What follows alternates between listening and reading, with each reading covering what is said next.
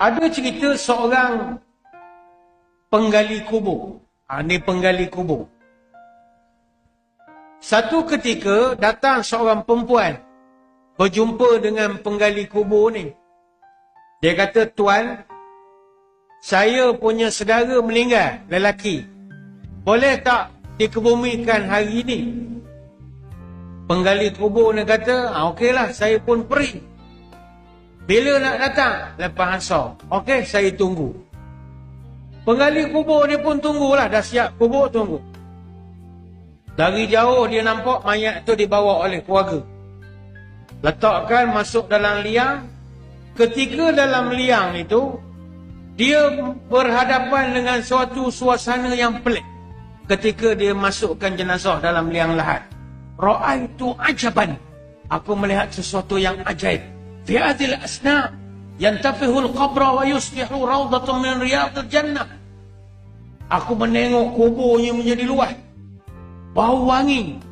Macam taman bunga. Dalam hati dia tertanya-tanya, siapalah mayat ini? Tapi dia tak nak, segan nak tanya. Dia buat kerja dia. Ke bumi.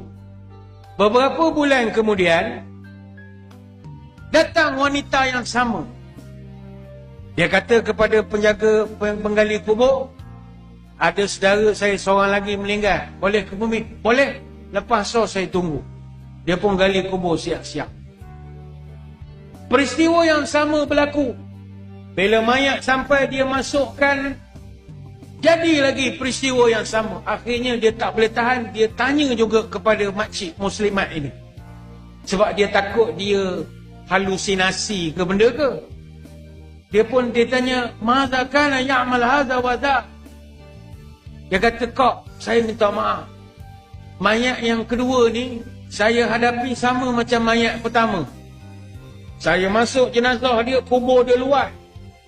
Kemudian saya tengok dari jauh ada dua malaikat datang.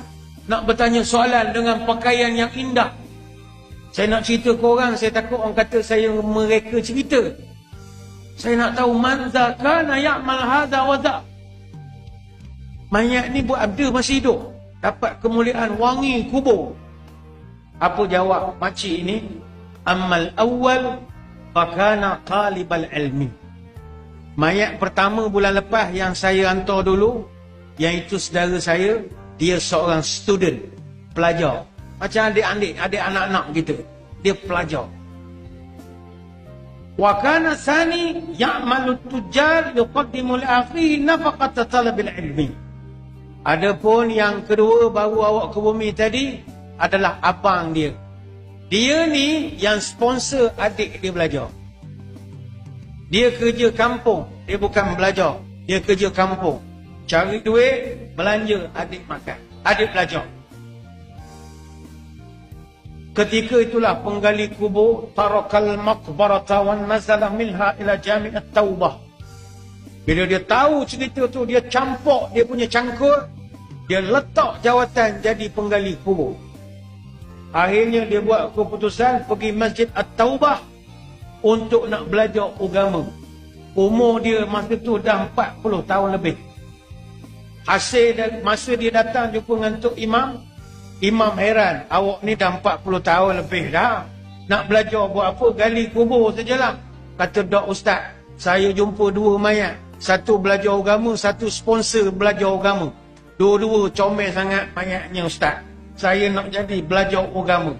Akhirnya dia belajar. Mula dengan kitab Matan Jurumiyah. Ni kitab bahasa Arab, Nahu Sarab. Maknanya kalau kita peringkat 1 atau 2 sanawah pondok, memang kita belajar kitab ni. Dia mula daripada bawah. Beralih kitab tinggi, kitab Imriti, Kawab Keduriyah, Mulakhas, Matan Alfiyah. Dia belajar sampai dia jadi ulama besar. Maka terkenallah dalam sejarah, penggali kubur itu menjadi seorang ulama bernama Syekh Abdul Rahman Al-Haffar. Haffar ni maknanya penggali. Dia kekalkan nama Haffar dia sebagai kenang-kenangan kepada keturunan dia.